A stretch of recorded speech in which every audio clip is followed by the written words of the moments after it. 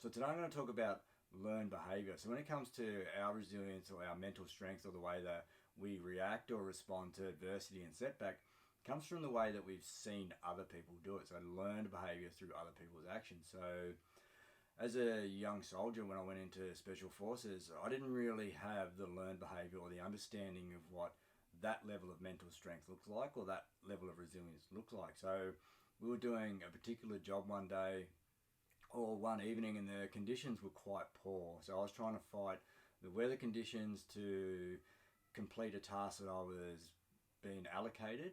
And as I was doing it, I kind of got to a point where it looked like I wasn't going to be able to complete the task. I wasn't going to be able to fight the elements and conduct the task that I was doing to achieve the outcome that we wanted.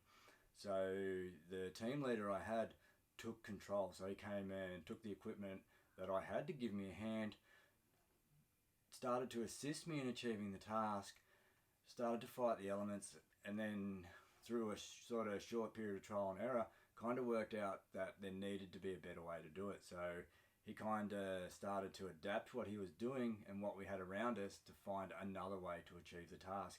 And he kind of went about it, found a way to achieve the task that we had to do, and found a way to continue on so that we could now move on to the next task that we were doing and continue to complete these tasks to achieve the outcome that we wanted. So I spent a fair bit of time with people like this. So I had some really good leaders, mentors in this environment that showed me what behaviours look like when things got really difficult. So they showed me how you respond when the odds are pretty much stacked against you. And in the same environment, I had a couple of leaders who displayed the other behaviours. So when things got really difficult, they kind of became very stress reactive, they became very negative, they became a little bit overcome by the scenario and the situation, and kind of showed me what the negative response looks like. So through seeing and observing these responses from sort of one end of the continuum to a very poor response through to a lot of really good responses, I was able to learn and understand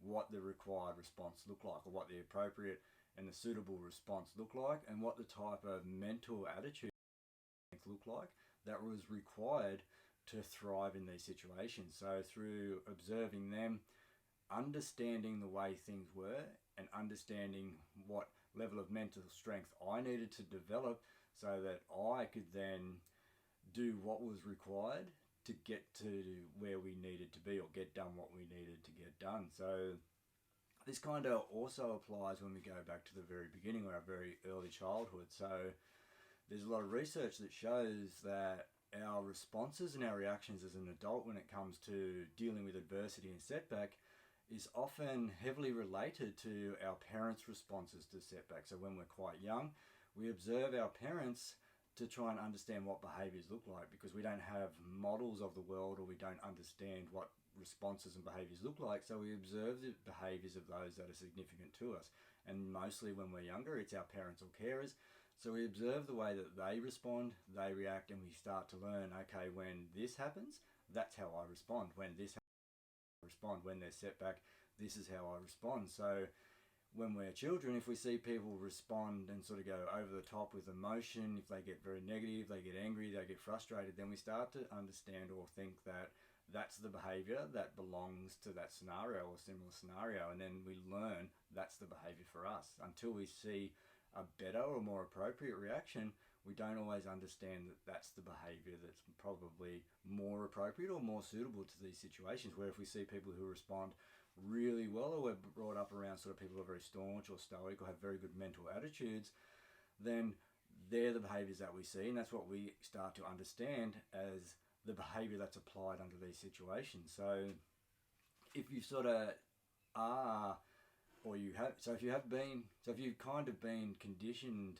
to act negatively or inappropriately in certain areas, it could just be the fact that these are the behaviours you've seen when you were younger, not so much who you are. That's kind of just the way you've learnt to behave. So if you need to improve your behaviours, or if you want to improve your behaviours, then a lot of times it's just finding the people that behave more appropriately or more accordingly to how you want to behave or respond.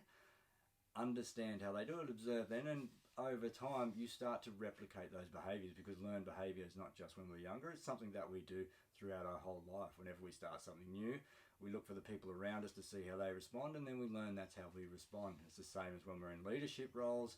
The way we respond is the way that we kind of condition the people below us to respond, or what we show them is an appropriate response, or they understand as this is what's accepted within this environment, or this is how we act within this environment. So it's not just what we learn at childhood, it's what we continue to learn throughout our life, and it's what we learn within new environments when we go into them, when we have leadership changes, when we go into new groups.